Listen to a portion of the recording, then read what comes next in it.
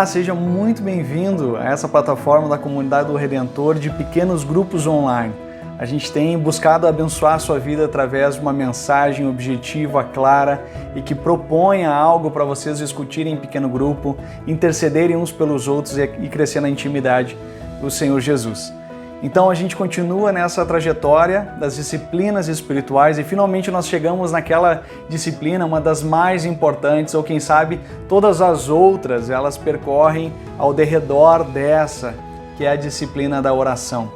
A gente tem feito isso através da troca de narrativas, percebendo as narrativas que nós temos na nossa cultura, na nossa família, narrativas que nós temos também religiosas, e trocando pelas narrativas de Jesus. E uma narrativa, quem sabe a respeito da oração que nós temos no campo da religiosidade, é a narrativa em que tem a oração como um alvo para nós barganharmos com Deus. A oração como um alvo em que eu me sacrifico para ter o favor de Deus. A maioria das pessoas que se dedicam à oração, elas se dedicam ao campo da petição. Elas não se relacionam com Deus, elas passam a usar Deus como se fosse um cardápio, um menu de um restaurante. Eu preciso disso porque eu estou passando por isso. Eu preciso de emprego, eu preciso de uma cura da minha doença, eu preciso de um relacionamento, e aí a pessoa usa a Deus como se fosse um cardápio e Deus fosse um mero garçom que está à disposição a servir a gente. Essa narrativa é uma narrativa muito frequente na busca por Deus, na religiosidade de muitas pessoas. Mas Jesus nos ensina outra coisa a respeito da oração. Jesus nos ensina outros aspectos a respeito de uma nova narrativa para os nossos, a respeito da oração, uma nova narrativa a respeito do relacionamento com Deus. A palavra de Jesus, Mateus 6, versículo 5 e diante, diz assim: quando vocês orarem, não sejam como os hipócritas, eles gostam de ficar orando em pé nas sinagogas e nas esquinas, a fim de serem vistos pelos outros. Eu lhes asseguro que eles já receberam sua plena recompensa. Mas quando você orar, vá para seu quarto, feche a porta e ore a seu pai que está em secreto. Então seu pai, que vê em secreto, o recompensará. Jesus começa a falar a respeito da oração como essa necessidade de nós entrarmos no nosso quarto em secreto, em solitude, em silêncio, um tempo separado, dedicado ao Senhor. Nós buscamos então falar com Deus. Eu começo essa reflexão com uma frase de Richard Foster na celebração da disciplina, em que ele diz que nós precisamos ouvir o Senhor.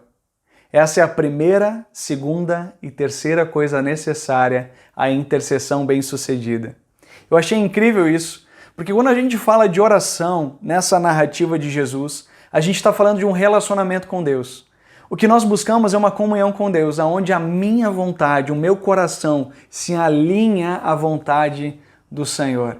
Onde os desejos do meu coração, cada dia mais, por conta do relacionamento, por conta da intimidade, passa a ser a vontade do Senhor. Por isso, Tiago fala, olha, vocês pedem, mas não recebem, porque vocês pedem segundo os seus próprios maus prazeres e desejos. E com isso, eu quero dizer que à medida que nós nos relacionamos com Deus, aquilo que nós clamamos diz respeito ao querer de Deus para as nossas vidas. Jesus, ele tinha um costume de orar. Frequentemente ele se retirava de madrugada para lugar deserto para ter relacionamento com o Pai. E numa dessas vezes, os discípulos, então, intrigados com isso, pedem para Jesus ensinar eles a orarem. Então ele ensina a grande, preciosa oração do Pai Nosso. A oração do Pai Nosso revela a natureza de Deus dentro do conteúdo dessa oração. É impressionante. Porque às vezes a gente vê a oração simplesmente como petição. Aqui, Jesus ele ora de acordo com o seu relacionamento com o Pai. A gente poderia ver essa oração do Pai Nosso como uma declaração de fé, uma declaração que revela quem verdadeiramente Deus é nessa relação de Jesus com o Pai. Jesus tem essa relação próxima, chama Deus de Abba, Paizinho amado, Paizinho querido, e é esse Deus que ele busca em oração. E ele diz assim, e eu quero compartilhar 6 características de Deus dentro desse conteúdo do Pai Nosso. 6 características que nos fazem confiar nesse Deus que Jesus tanto confiou. A palavra de Deus diz assim: Pai nosso que estás nos céus. E essa é a primeira verdade a respeito desse conteúdo, a respeito da virtude de Deus.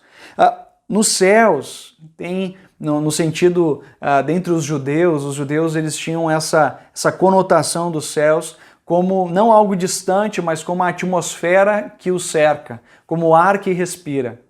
Então, quando ele fala Pai Nosso que estás nos céus, ele fala assim, Pai Nosso que está entre nós, Pai Nosso que está ao nosso derredor. Por isso, a oração diz respeito a um Deus que está perto, um Deus que está próximo. Segunda perspectiva dessa oração, santificado seja o teu nome. Aqui se revela um Deus puro, um Deus santo, um Deus infalível, um Deus incapaz de errar conosco, um Deus cujas promessas são sempre cumpridas porque Ele é sempre fiel. Segunda característica de Deus, Ele é sempre fiel, por isso Ele é digno de confiança. Terceiro, venha o teu reino e seja feita a tua vontade, assim na terra como é no céu. E aqui Ele está clamando pelo reino. Nosso Deus é um Deus que reina soberanamente sobre todas as coisas, sobre todos os governantes, sobre todas as épocas e eras. O nosso Deus é um Deus que reina. O nosso Deus é Rei dos reis. O nosso Deus governa. Essa é a declaração. O nosso Deus não perde o controle sobre as situações. Quarta característica, dá-nos hoje o nosso pão de cada dia. E essa característica diz respeito a um Deus que é provedor. Não só de bens, não só de acordo com o texto que nós já lemos anteriormente, roupa e alimento, mas o nosso Deus é um Deus que quer o nosso bem-estar, o nosso Deus é um Deus provedor, o nosso Deus é um Deus que zela pelas nossas vidas, e isso é maravilhoso. Quando nós clamamos isso, nós clamamos por quem Ele é. Mas também a quinta característica é que Ele perdoa as nossas dívidas.